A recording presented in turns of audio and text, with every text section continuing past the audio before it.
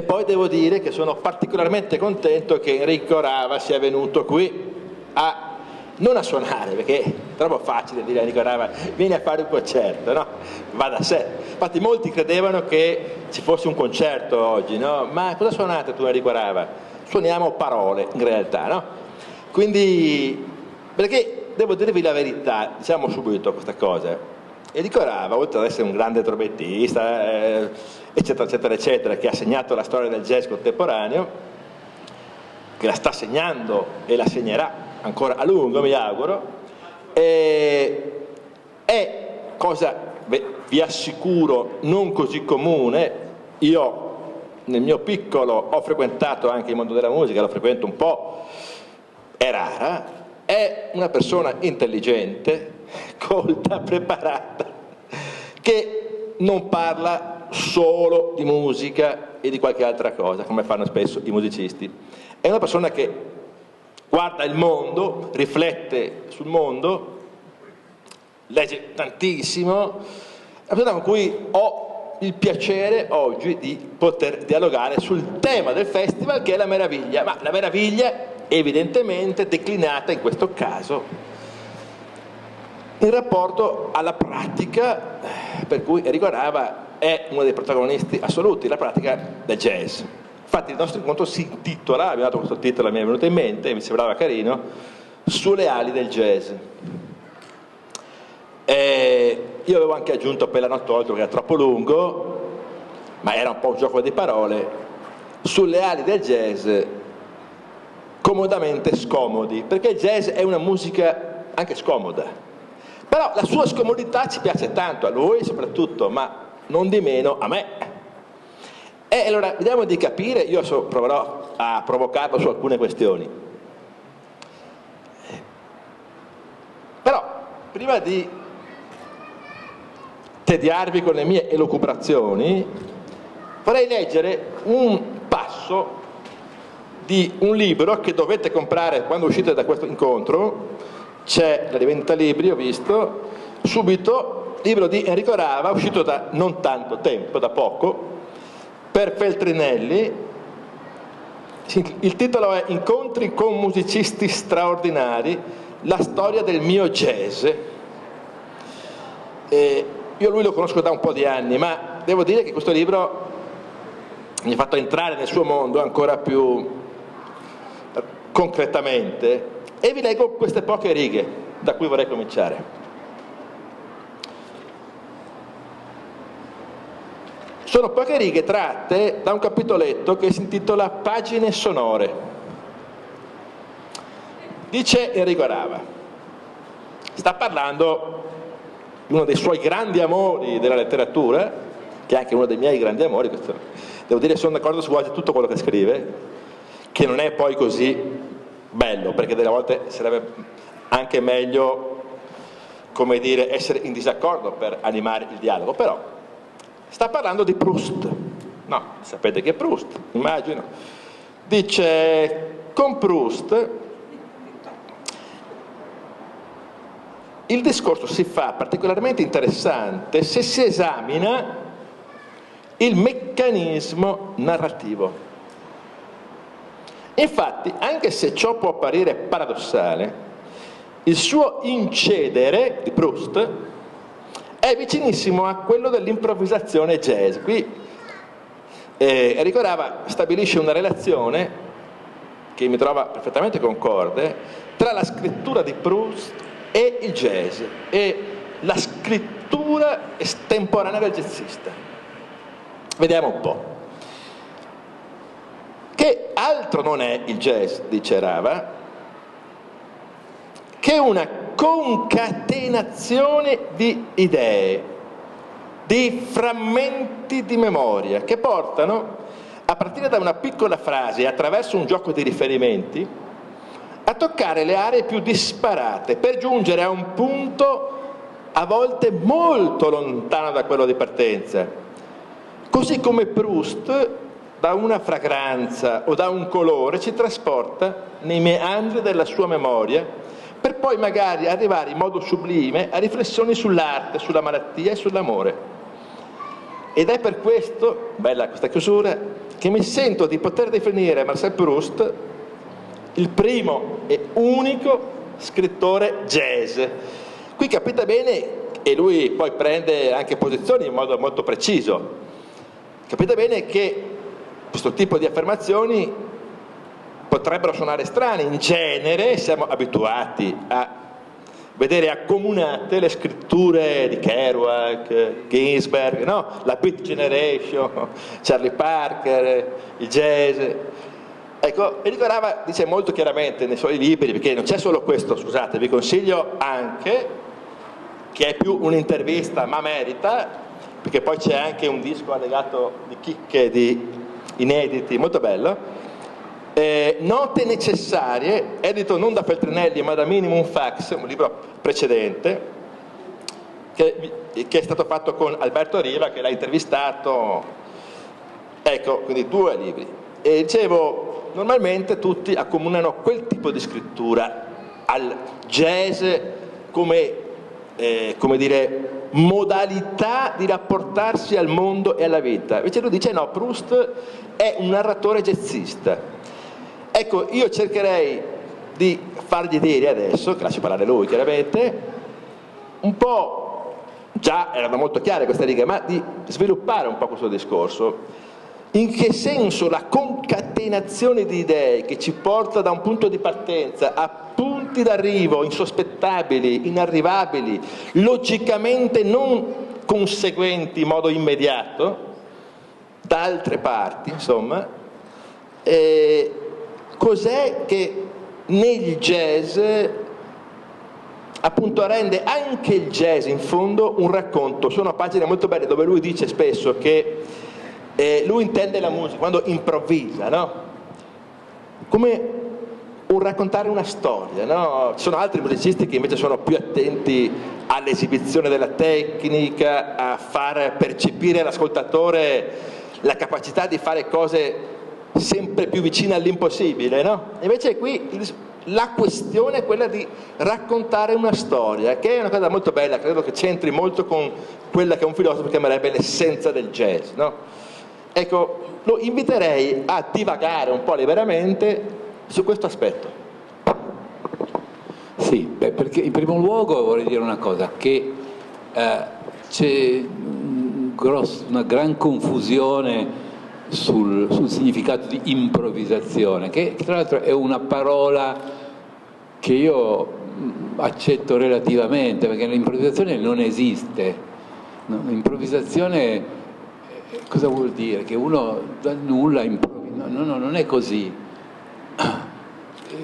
Improvvisare nel jazz, fare un assolo, significa praticamente, avendo, io non so chi di voi conosce un po' il jazz, comunque più o meno avviene così, c'è un tema, si espone un tema, una canzone, quello che sia, sotto il quale c'è un giro armonico, poi questo giro armonico quando finisce il tema viene ripetuto ciclicamente, e su questo ciclo, no, che può variare, però varia anche parecchio, però diciamo che normalmente sono 32 misure, oppure possono, ma comunque è una cosa pari, no? Su questo ciclo si improvvisa, e come diceva giustamente Massimo, secondo me il bello è quando si riesce a raccontare una storia ovviamente con le note, non è che si racconta una storiella, si cerca di, quello che io voglio dire con la storia è di fare un solo, cioè inventare qualcosa dove ci sia una drammaturgia. In altre parole, c'è un incipit, poi c'è uno sviluppo di quello con cui si è cominciato, una catarsi e poi un finale, cioè proprio è una storia.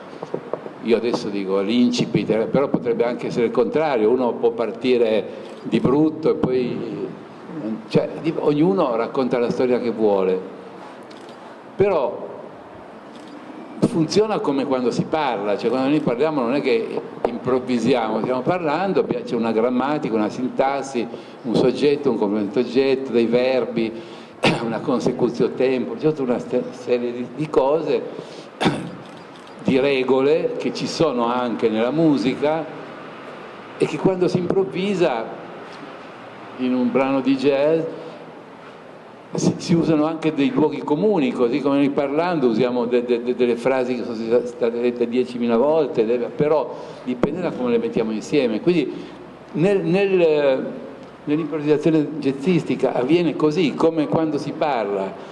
Allora uno può parlare e dire delle stupidaggini e uno può suonare e dire delle stupidaggini. Quindi il punto è andare dritti allo scopo, no? Dire qualcosa che significa qualcosa.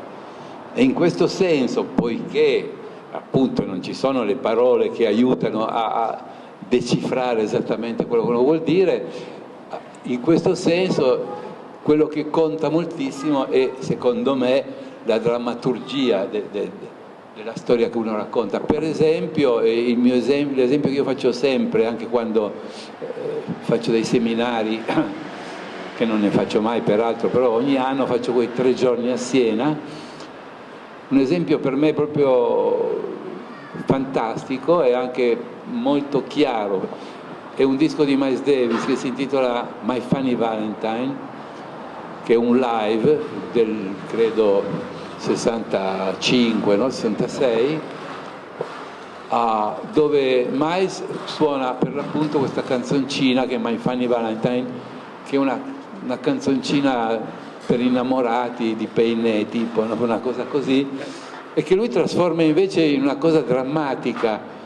Quindi prima fa questo tema dove già c'è qualcosa di misterioso, anziché essere una dichiarazione d'amore, cioè una cosa un po' misteriosa come lo espone, ma poi quando comincia il solo crea una tensione pazzesca fatta di silenzi, comincia con delle frasi molto, molto chiare, molto decifrabili, e poi dopo un silenzio caccia un urlo con la tromba, va su un acuto pazzesco, provocando un movimento di tensione, una risposta dai suoi musicisti, no, che reagiscono in modo inaspettato, perché è una sorpresa, cioè, questo è l'altro discorso che devo fare, quello che è importante è la sorpresa, perché uno in generale non suona da solo, suona con dei musicisti, quindi ci deve essere un dialogo con loro, no? Quindi se uno gli dice quello che loro si aspettano, loro fanno quello che ci aspettiamo tutti quanti, mentre invece se uno li sorprende, loro sono obbligati a reagire in modo inaspettato, e da lì nascono delle cose. E qui torna il discorso di Proust, quindi partendo magari da una piccola frase così lineare, poi io caccio l'urlo, quello mi reagisce, allora da quello mi collega con i soliti frammenti di memoria, frasi che magari ho già suonato altre volte ma che in quel momento assumono un significato diverso. È un po' così che funziona. Adesso non so se, cioè, poi, a parte che se uno potesse spiegare, raccontare la musica, eviterebbe di studiare uno strumento che è una rottura di scatole mostruosa. Grazie Enrico. Ecco, hai già toccato un punto centrale secondo me, cioè la questione dell'improvvisazione, perché tutti quelli che suonano jazz, no, spesso tendono a rivendicare non come unica specificità, ma come la specificità di questa musica che sembra non riguardare più, non ha riguardato più per molto tempo almeno, l'ambito della cosiddetta musica colta, no? Cioè il fatto che il jazzista, oltre a leggere della musica scritta, anche improvvisa, cioè compone sul momento, diciamo così, no? Ma hai detto giustamente, ma davvero improvvisiamo? In che senso? Cosa inventiamo quando improvvisiamo? E qui mi hai dato proprio l'assist per entrare nel nostro tema, la meraviglia. Noi filosofi, ammesso che io sia un filosofo, abbiamo questa ossessione, no? Che è un'ossessione puerile alla fine, no? Perché alla fine i filosofi hanno questa aura, no? Spesso, ma in realtà è un'ossessione molto puerile. Qual è? Quella di chiedersi, per esempio, questo faceva Socrate, appunto del quale ci racconta Platone, no? Ma diceva, andava in giro per la città, fermava la gente, chiedeva, ma tu, cos'è giustizia? Cos'è bene per te? cos'è il bello? È una domanda puerile, no? Perché fate mente locale.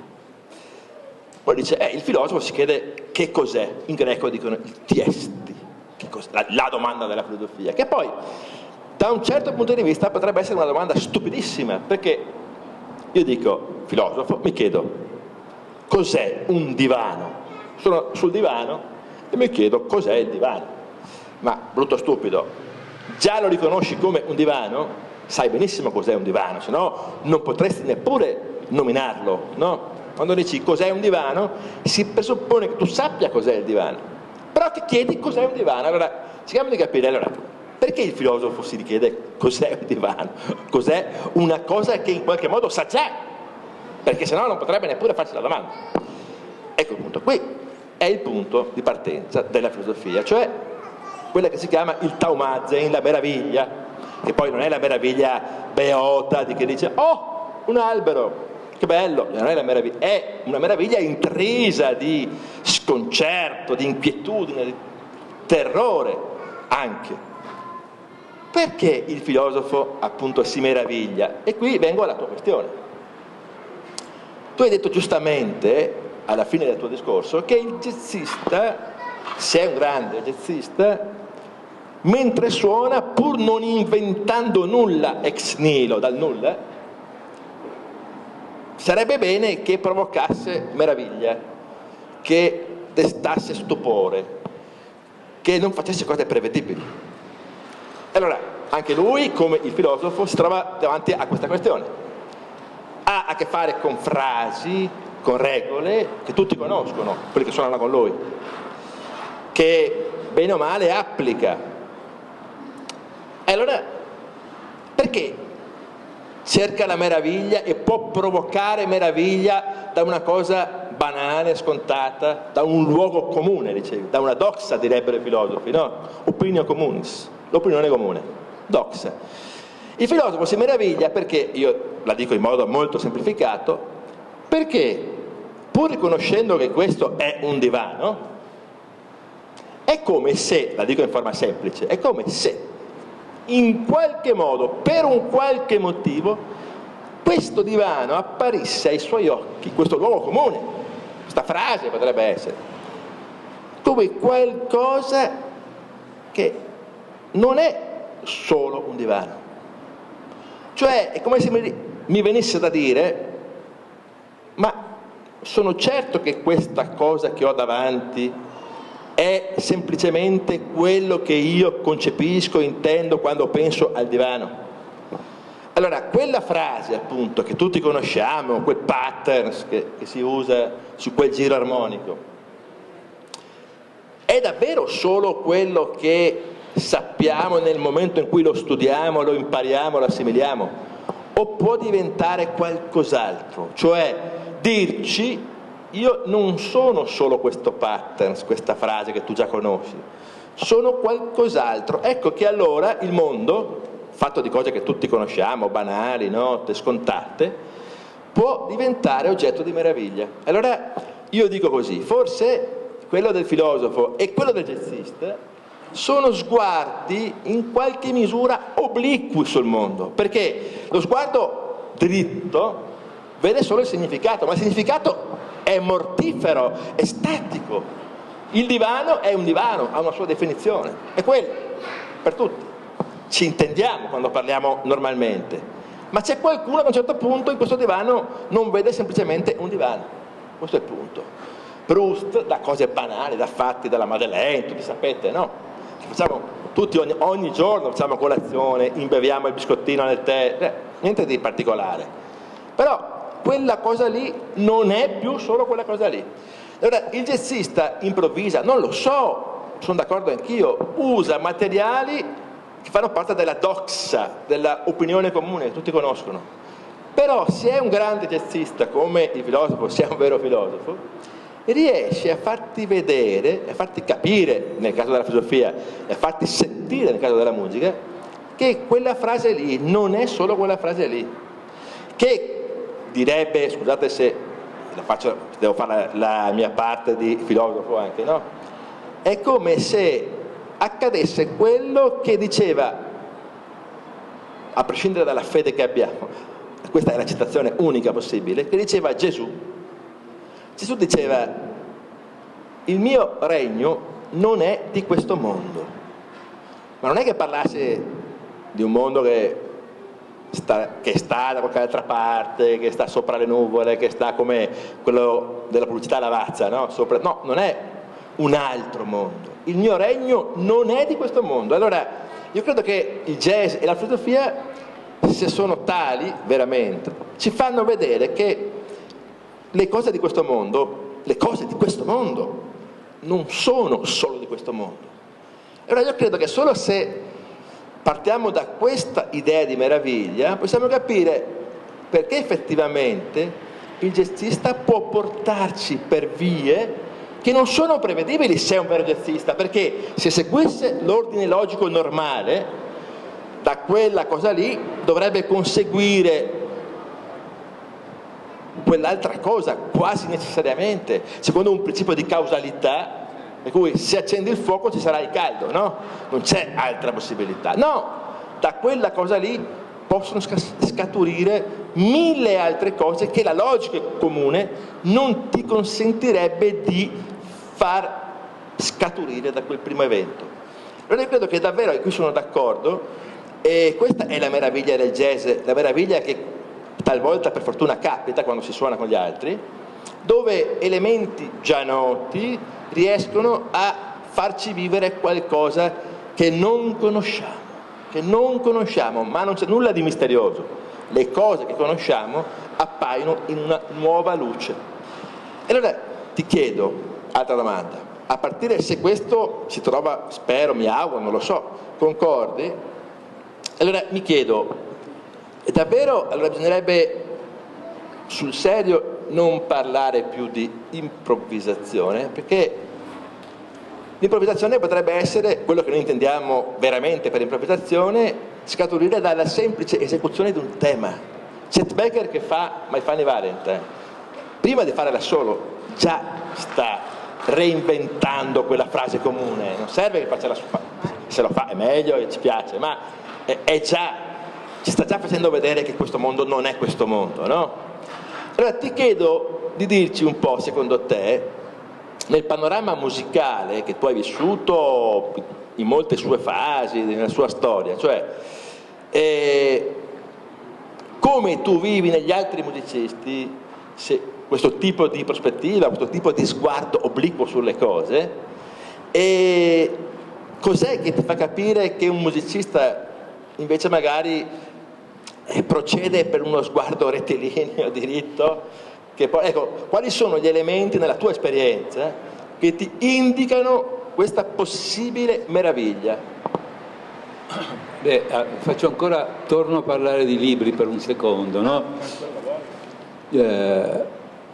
No, prima parlo di me. A me piace, per esempio, anche quando scrivo della musica, giocare molto con la banalità.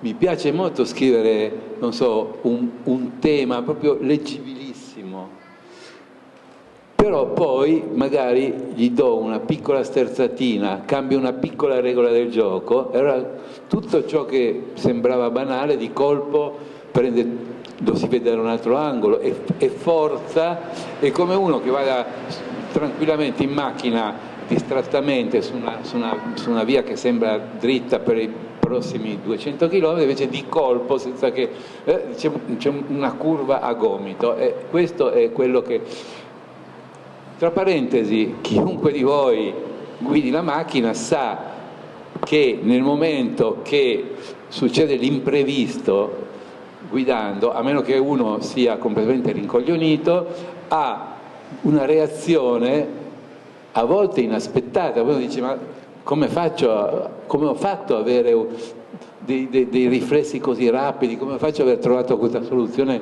A me è successo molte volte, dato che malauguratamente devo fare miliardi di chilometri con tutti i mezzi possibili, mai compresa la macchina. Ma per esempio c'è uno scrittore che poi i libri dopo mi hanno interessato meno, ma il primo libro che è uscito, che era la trilogia di New York di Paul Auster, è un libro che io ho amato moltissimo perché era proprio banale in una maniera pazzesca. così il detective, la cosa, cioè, sembrava un libro poliziesco da 4 soldi. Poi di colpo c'è una piccola regola del gioco che non viene rispettata e diventa una cosa straordinaria, si entra in un mondo diverso.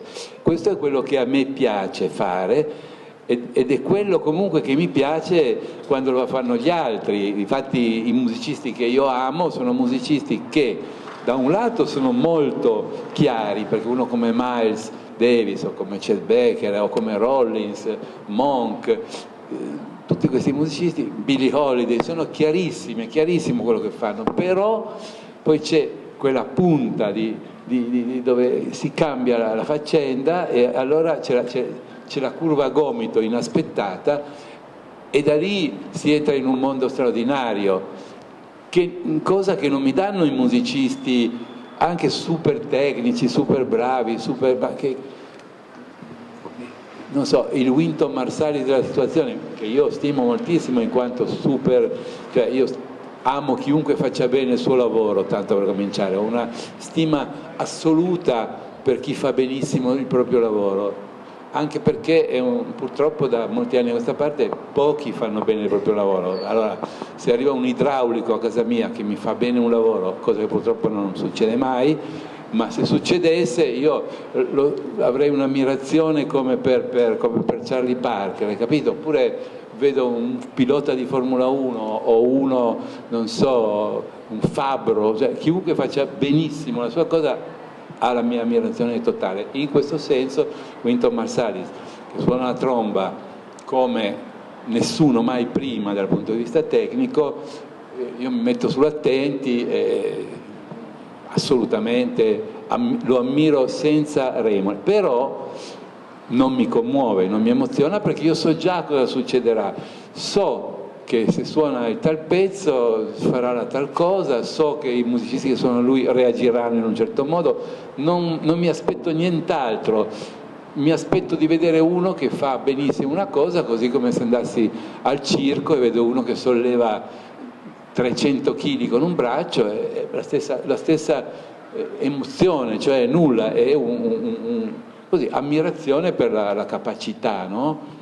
Ma invece i musicisti, che penso che anche quelli che tu ami, sono questi musicisti che in più c'è anche una fragilità nei musicisti che noi amiamo, perché è ovvio che quando tu rompi una regola, sei molto prendi un rischio, fortunatamente non è un rischio mortale, però è un rischio di cadere, di non sapere più, di fare una stupidaggine, di suonare male. Poi io non so chi di voi sia musicista o meno, ma comunque per un musicista una sera suonare male, cioè fallire, non riuscire a fare quello che si vuol fare, sentire di aver suonato male è orrendo, cioè a me succede. E quando succede non è che poi il giorno dopo è finita, posso andare anche 15 giorni in depressione pensando a come ho suonato male quella, ma come può essere, perché, cosa è successo, cosa mi sta succedendo, suonerò bene di nuovo la prossima volta, perché poi non c'è una garanzia, non è che uno dice c'è un contratto che mi garantisce che io, anche se stasera suono male, domani suono bene. Io magari mi sveglio una mattina, c'ho il labbro che non funziona, succede, infatti sappiate che a New York, quando io abito a New York c'era un maestro che si chiamava Carmine Caruso, che non si chiamava maestro di tromba, tant'è che lui non suonava la tromba, si chiamava trumpet therapist, no? Cioè era un terapista per trombettisti. Io quando ero in depressione andavo da lui e mi capitava che magari telefonasse mentre ero lì la prima tromba della sinfonica del Lincoln Center, che è un super musicista pazzesco, disperato, guarda mi sono svegliato stamattina, il labbro non tiene, stasera ho un concerto, non so come fare. E lui, stai tranquillo, stai calmo, prenditi una camomilla, poi vieni, adesso sono occupato, ci vediamo fra un'ora. Per dire come non sono solo io, tutti noi musicisti siamo molto fragili in questo senso, proprio perché non c'è nessuno che ci assicuri che se stasera suoniamo male perché le idee non funzionano, oppure perché il labbro non va, o per qualunque altro motivo, nessuno ci garantisce che domani andrà bene o fra una settimana. Può anche darsi che non torni mai più. In effetti uno sa che invece il passato gli insegna che gli è successo 1000 volte di andare giù e poi di ritornare su, però non è detto che si ritorni su, a parte che man mano che passano gli anni e si invecchia, come nel mio caso che adesso ne ho appena compiuti 73, non sono più, il corpo non è più quello di prima, è come, cioè i muscoli non sono più quelli di prima, no? Quindi siccome suonare un strumento musicale è un fatto anche molto molto fisico, particolarmente lo strumento che suoniamo noi, cioè la tromba, gli ottoni, quindi uno può anche dire, beh, magari il muscolo non torna più capisci? Però non so se ho risposto a quello che mi hai chiesto, ma fa lo stesso. Ma va benissimo, hai risposto benissimo.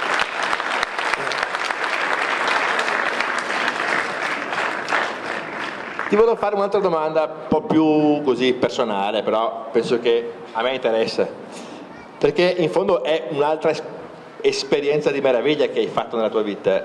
Tu racconti nel tuo libro del giorno in cui hai deciso di suonare la tromba.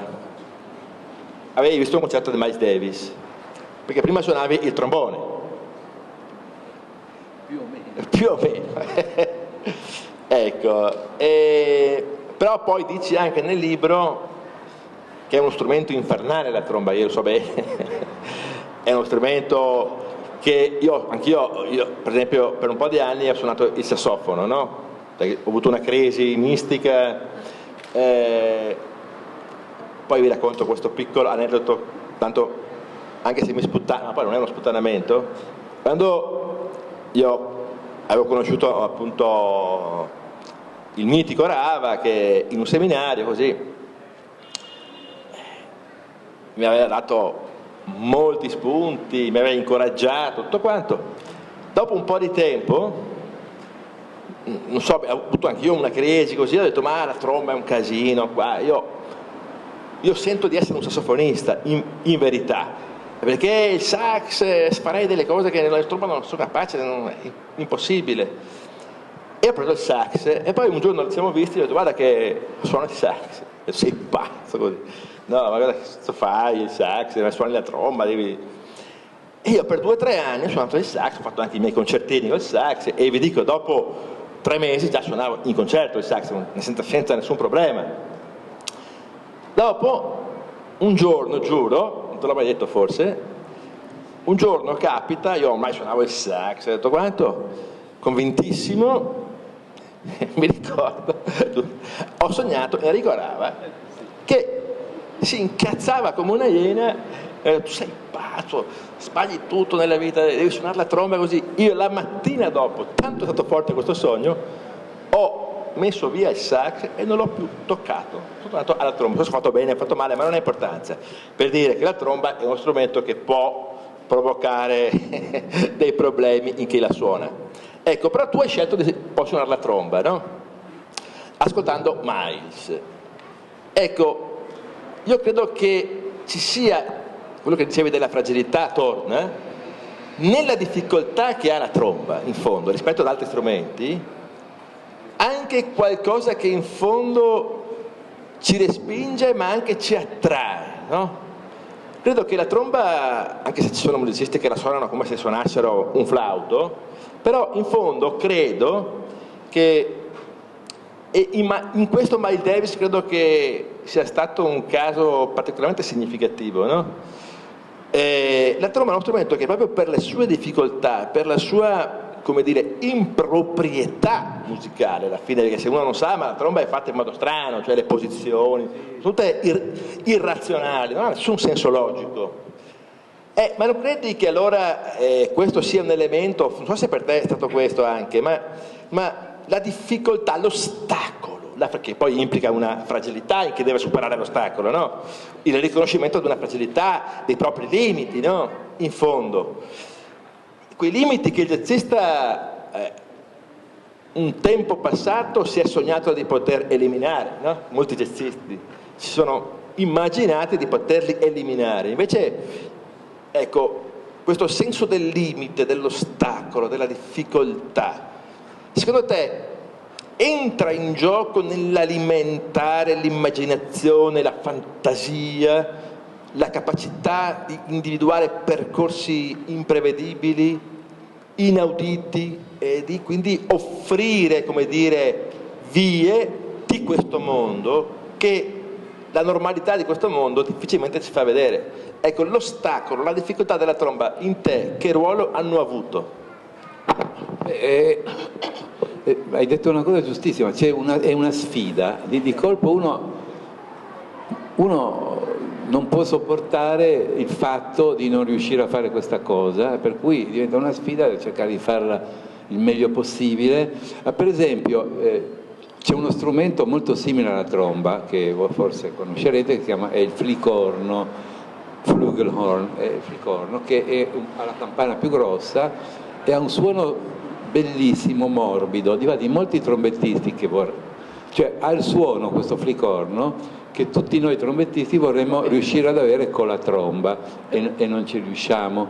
E allora per questo motivo moltissimi trombettisti, compreso il sottoscritto, a un certo punto della loro vita, e compreso anche Claudio, a un certo punto, cioè Massimo voglio dire, a un certo punto della loro vita si sono comprati un flicorno, si sono messi a suonarlo, è molto più facile della tromba perché sia uguale, identico come tecnica, come tutto, ma è più facile, l'ebissione è facile, si va su facilmente, si stecca molto, molto meno, è uno strumento più facile.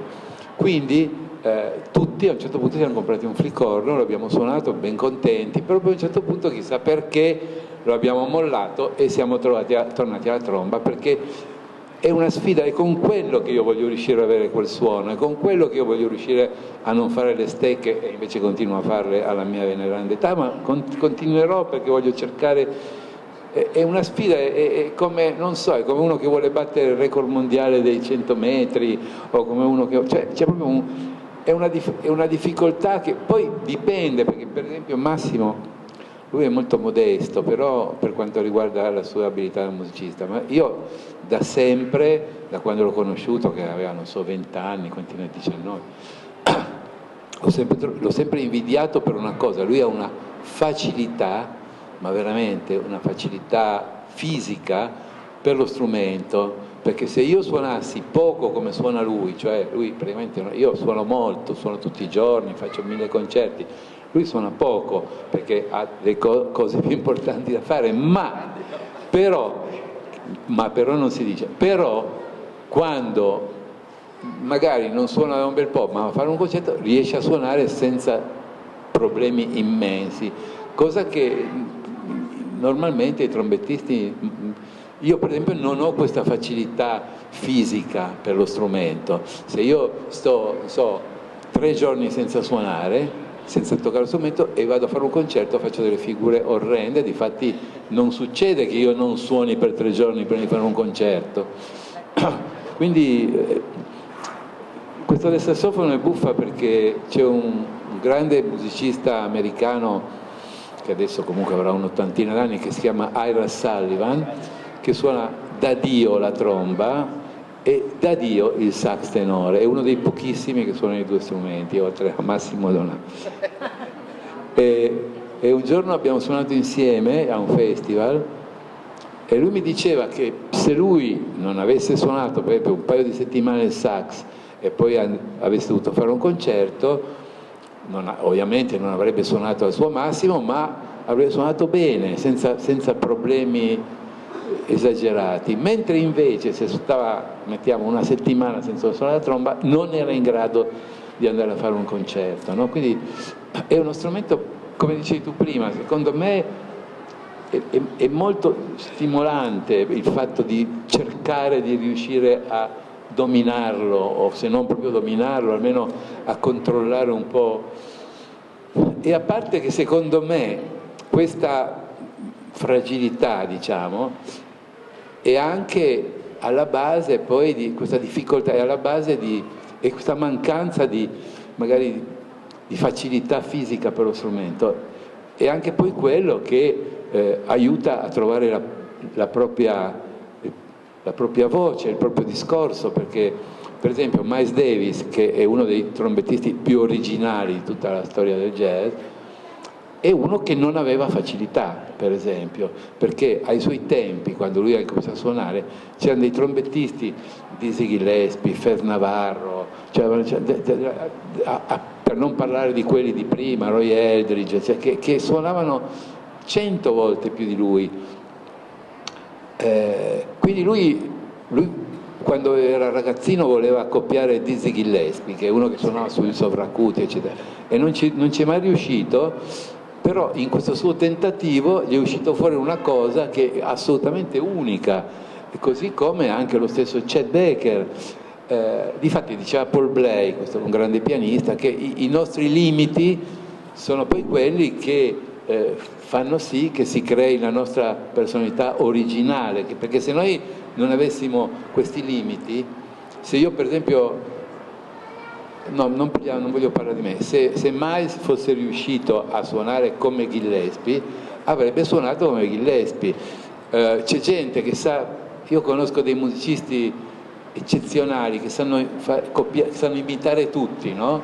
Sono pianisti che sanno imitare Oscar Peterson, Monk, e però poi difatti poi manca, non riescono ad avere il proprio discorso, perché talmente hanno questa facilità che quindi effettivamente io penso, forse è una stupidaggine, ma io penso che i nostri limiti sono poi quelli che ci aiutano a trovare una via diversa, no? Perché sei obbligato se ami suonare, se vuoi suonare, sei obbligato a trovare a costruirti una musica che sia la cornice adatta per quello che tu sai fare, che tu riesci a fare. Sì, è proprio vero, sono perle di saggezza. E un altro grande che questi limiti penso li abbia vissuti, io non l'ho mai conosciuto personalmente, ma però insomma le difficoltà che probabilmente ha avuto, da quello che si sente all'inizio, però gli ha consentito di creare un nuovo modo di suonare la tromba. Don Cherry, cioè, ha reinventato la tromba, ma se noi ascoltiamo anche il giovane Don Cherry probabilmente capiamo che non avrebbe mai potuto suonare come Fats Navarro, come Clifford Brown, come Miles Davis, no? Ma proprio per questo, ecco, ha trovato quella obliquità che gli ha consentito di immaginarsi diversamente il mondo, no? Stesso Monk, ecco. E da questo punto di vista, però, ti volevo anche chiedere, per tornare al parallelo con la letteratura, cioè con la parola, perché la musica è fatta di suoni, che non significano nulla dal punto di vista semantico immediato, non è un do, sì, poi si dice che il do minore sia triste, il do maggiore sia allegro, ma insomma non ha nessun senso, no? E quindi non c'è un significato. Allora, volevo dire, secondo te, questo mi interesserebbe capire, qui vediamo cosa vedi. Secondo te, se dovessi disegnarci, visto che so che anche tu disegnarci, rappresentarci la differenza fondamentale, perché tu sei un lettore forte, no? Ti piace così, scrivi, hai fatto libri. Ecco, anche qui hai raccontato in fondo, no? Una storia con ci sono i punti culminanti, i punti di passaggio, no? E qual è la differenza secondo te? Se dovessi definirla, è impossibile, ma siamo nei nostri limiti, tentiamo sempre l'impossibile. Il filosofo non fa altro che praticare l'impossibile, secondo me. Però tentiamoci. Ecco, cos'è che distingue essenzialmente, dal tuo punto di vista, una narrazione musicale da una narrazione fatta di parole, che può essere un racconto, ma anche un saggio filosofico, ma anche tutta narrazione. Anche io racconto quando scrivo di filosofia, a mio modo, no? Cos'è che vedi che rende le due cose, per quanto per molti aspetti immagino anche vicine, consonanti, non a caso poi spesso chi fa una cosa di queste è interessato anche alle altre, se ha un minimo di testa, un minimo di sensibilità, no? Non sempre è così, ma capita, per fortuna.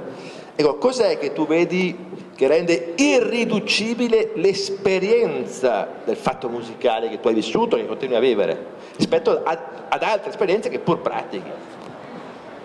Io penso, per esempio, che almeno per quella che è la mia esperienza come, tra virgolette, scrittore di un libro, quando io scrivo, cioè il meccanismo più o meno, tra virgolette, creativo è lo stesso, secondo me, in tutte le arti, tanto per cominciare. Però quando io scrivo so precisamente quello che voglio dire, c'ho in mente esattamente quello che voglio dire, ci sono le parole che significano quello che io ho in mente, insomma, mentre invece, cioè, quindi è tutto è molto diretto, anche se poi non è così diretto perché le cose hanno diverse letture, ma dal mio punto di vista comunque è diretto, io penso questa cosa, mentre invece con la musica il significato, sempre che ci sia, di quello che tu stai suonando è trasversale, è qualcosa che, per esempio, per spiegarmi un po' meglio, molti credono: ah, sei triste e suoni un blues, oppure ah, sono allegro perché sono uscito con una bella ragazza e scrivo un pezzo, magari invece no, succede tutto il contrario, io sono tristissimo e mi viene fuori scrivo una cosa che è così entusiasmante oppure no, avviene, non è così diretto, è molto meno diretto, è molto più attraverso l'inconscio quello che poi in realtà, no? Cioè, perché a me capita a volte di andare a suonare, di avere un po' di depressione, di non star bene, e poi invece suono benissimo, suono in un modo così solare, eccetera, e viceversa, mi capita anche proprio il contrario, di stare molto bene e poi vado a suonare e mi esce una cosa, cioè perché funziona tutto per vie traverse, molto più che con la scrittura semplice come quella che ho esercitato io, perché immagino che uno scrittore come Thomas Mann ovviamente non hanno un pensiero così elementare e diretto come può essere il mio, chiaramente. Però dal mio punto di vista la differenza è proprio quella, che quando io scrivo, ma anche quando disegno, a parte che io non è che però mi diverto molto a disegnare, è diretto, poi io disegno cose figurative chiarissime, mentre invece suonando no, non è assolutamente diretto. Io stesso già in partenza, quando vado a suonare, dal primo momento sorprendo me stesso, perché mi accorgo di essere in una condizione mentale diversa da quella in cui credo di essere 2 minuti prima di mettermi a suonare.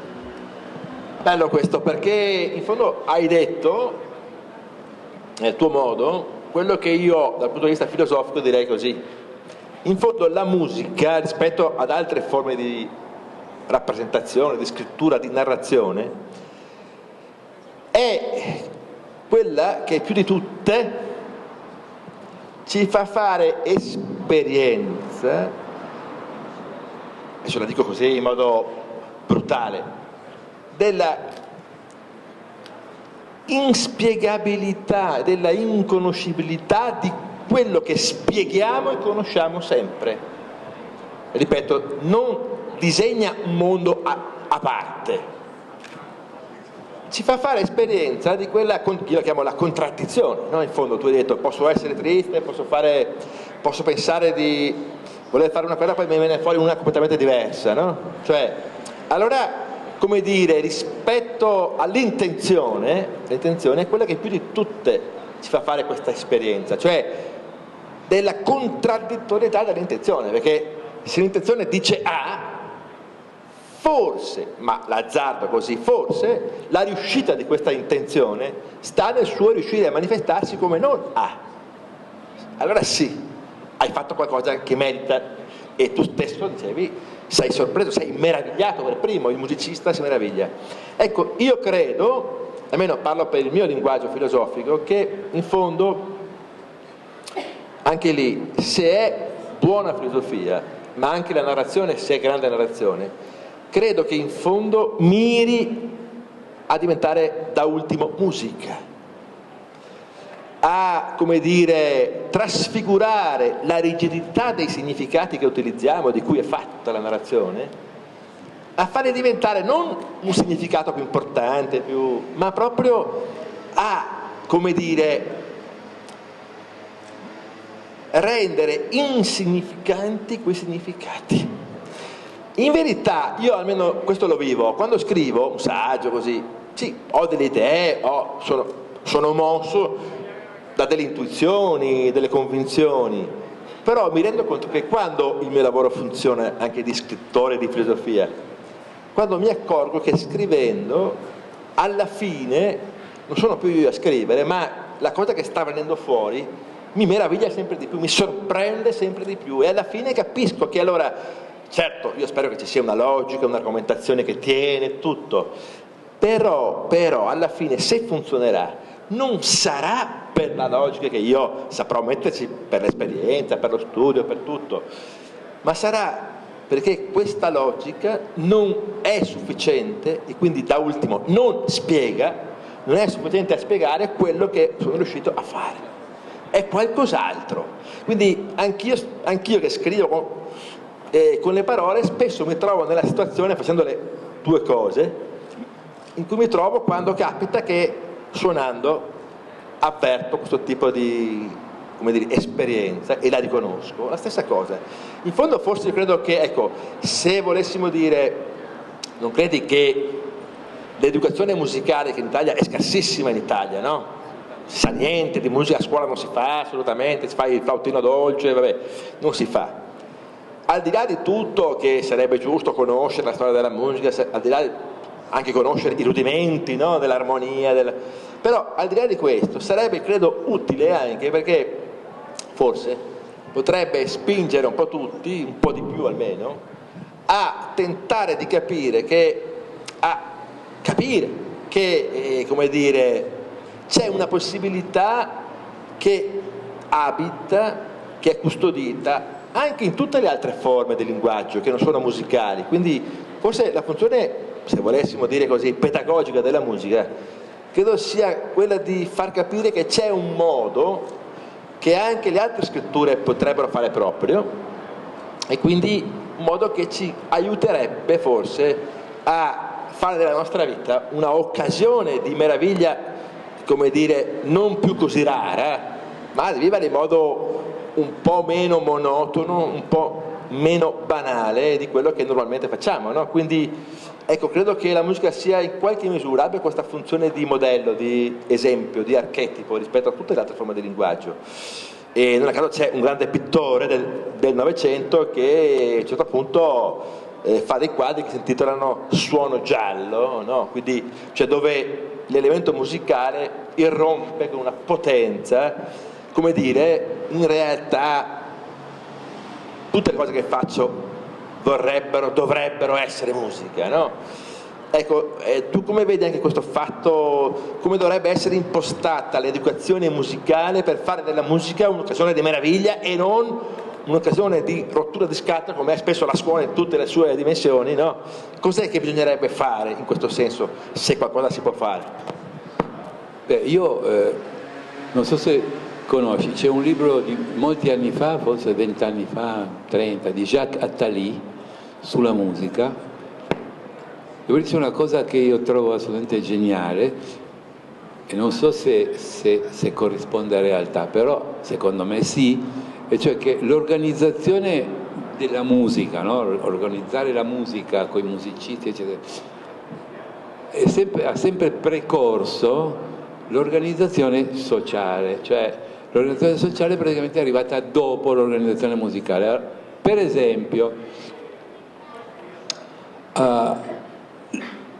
l'organizzazione musicale di un gruppo di jazz che funzioni veramente bene, con musicisti bravi, sensibili, reattivi, che non abbiano questi problemi di ego spaventosi, è un esempio assolutamente straordinario di democrazia assoluta che praticamente non esiste nella realtà, cioè ci sono, e come dicevano, non so se è vero, che fossero organizzati i Cherokee prima che arrivassero gli europei, cioè una società dove ognuno dà quello di cui c'è bisogno e prende quello di cui ha bisogno, nessuno rinuncia al proprio ego, alla propria personalità, ma nessuno prevarica sugli altri. Cioè, io quando col mio gruppo, il mio gruppo funziona veramente così, perché per me la scelta dei musicisti è la prima cosa della composizione, cioè io prima di scelgo i musicisti e poi scrivo per loro, quindi la scelta dei musicisti è essenziale, perché se io ne ho uno di quelli che hanno questo ego prorompente mi rovina tutto. Io ho bisogno di gente che ascolti, che reagisca, eccetera. Allora, avendo le persone giuste, a me succede spesso, quando funziona c'è un equilibrio tale che possiamo chiamarlo democrazia ideale perfetta, ma possiamo anche chiamarlo in un altro modo, possiamo anche chiamarlo armonia. È un'armonia così perfetta, è così un equilibrio tale che si collega direttamente con l'armonia interna del corpo, che è la stessa cosa, perché secondo me poi alla fine funziona tutto nella stessa maniera. Nel corpo noi abbiamo una quantità di organi, di elementi che finché funzionano bene, ognuno fa quello che deve fare senza rompere le scatole, il corpo funziona bene, se no escono le malattie. E questa armonia interna poi è identica, si collega all'armonia cosmica, è la stessa cosa, tutti i pianeti, le cose che girano, se uno si sbaglia succede un casino mostruoso, quindi, ed è una sensazione pazzesca, meravigliosa. È per questo che io penso che se nelle scuole, invece di fargli suonare il flautino dolce, insegnassero a suonare insieme, non importa che sia jazz o non jazz, ma suonare insieme in modo veramente, tra virgolette, democratico, e uso questo termine perché in questo momento non mi viene in mente uno migliore, secondo me sarebbe una cosa non solo straordinaria, ma non solo un piacere enorme per i bambini, i ragazzi o quello che sono, ma sarebbe un insegnamento, proprio un insegnamento a vivere civilmente in una società civile, più o meno. Potato Head Blues, che come dice giustamente Woody Allen, è una delle ragioni, una delle cose per cui vale la pena vivere. Secondo, Bix Beiderbecke, anno 1927, I'm Coming Virginia. Poi ci metterei Duke Ellington, qualunque cosa dell'orchestra Blanton Webster, cioè degli anni 40, i primi anni 40, può essere Coco, ma qualunque disco di Parker. So che dirò una cosa strana, io ci metterei addirittura Parker with Strings, che a me piace da morire perché è proprio quello che si diceva prima. Gioca con la banalità, con gli archi eccetera, poi scatta, il meccanismo si rompe e parte per la tangente. E Miles, il disco che secondo me a me piace di più è My Funny Valentine, però probabilmente è più importante, non so, Miles più 19 oppure Miles con Gil Evans, Porgy Bess. Sono solo 5, chiaramente non bastano, ci vogliono almeno 10, almeno, da portare nell'isola deserta su cui uno comunque non vuole andare assolutamente. E degli italiani? Beh, gli italiani preferisco non dire niente perché poi mi faccio odiare da quelli che...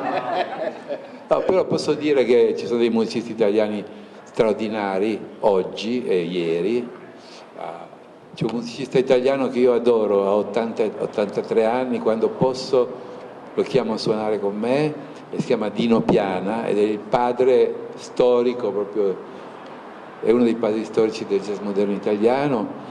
E sempre rimanendo nel trombone, Gianluca Petrella che suona con me e secondo me è il più grande musicista italiano che ci sia mai stato. Secondo me è il più grande, cioè proprio non per quello che fa, che è già straordinario, ma per quello che può fare, cioè è assolutamente, a suonargli insieme è veramente geniale. Io mi rendo conto ogni giorno quando suoniamo che ha un'inventività incredibile, nel momento più moscio riesce a far succedere delle cose, no? C'è un pianista straordinario, è Bollani, il quale ha una facilità straordinaria, anche troppo, diciamo, però siamo molto amici. Io non posso credere che ci sia un essere umano con questa capacità, no? Perché è uno che passa, se suona jazz concentrato, suona meglio di Keith Jarrett. Questo non lo dico io. Quando abbiamo fatto un disco a New York che si chiama New York Days, dove ho chiamato Mark Turner, Paul Motian e Larry Grenadier e Bollani. Poi quando facciamo il missaggio in Europa, era per l'ECM, questa casa tedesca, no? C'è Manfred Eicher, che è il produttore di Keith Jarrett da sempre, quello che praticamente ha inventato lui il Köln Concert. Quando sentiva c'era un solo di Bollani, dico guarda, è incredibile come qui sembra a Keith Jarrett, e Manfred Eicher ha detto sì, ma è meglio, per dire, no? Non lo dico io. Però poi lo metti a fare musica brasiliana, è il miglior pianista brasiliano del mondo, il tango ha il miglior tanghero del mondo, fa le imitazioni canore di Branduardi per esempio, o di Paolo Conte, è meglio di loro, no? È uguale ma meglio, cioè è una con una capacità, e forse anche il suo difetto, il suo problema, perché a un certo punto è quello che si diceva prima, sai fare troppe cose. C'è stato un grande sassofonista italiano, Massimo Urbani, che è morto molto giovane, che era di una voracità spaventosa per tutto, le droghe, gli alcol, il sesso, tutto, infatti è morto a 33 anni di overdose, era straordinario, io l'avevo portato a New York a suonare con me quando abitavo là, e ancora 10 anni dopo i musicisti americani, ma è Massimo, perché veramente. Poi c'è un trombettista italiano che conosco da quando aveva 20 anni, che è Paolo Fresu, che è uno dei pochi che a volte riescono a emozionarmi. Poi potrei andare avanti, ce ne sono altri, ce ne sono tanti oggi come oggi. Perché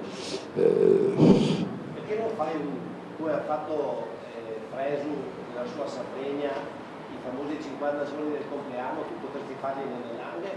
Potrei fare nel 73, perché ecco, questo è l'unico difetto che io riconosco a Paolo, che è un amico, che si autocelebra un po' troppo. I 50 anni li abbiamo compiuti, quasi li compiamo tutti a un certo punto della vita, nessuno fa 50 concerti più un libro, cioè, voglio dire, vabbè, abbiamo capito, manco fossi, non so, Giuseppe Garibaldi, no, che dico, non lo so, no, non mi viene neanche l'esempio, perché non mi viene nessuno al mondo si autocelebra ai 50 anni, fai 50 concerti, allora a 70 cosa fai?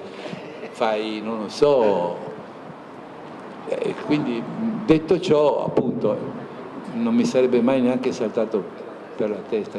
Detto ciò, io amo molto Paolo, infatti anche nel mio libro gli dedico una pagina, lo ammiro, lo amo, ed è uno, ripeto, uno dei pochissimi trombettisti odierni che a volte mi emoziona.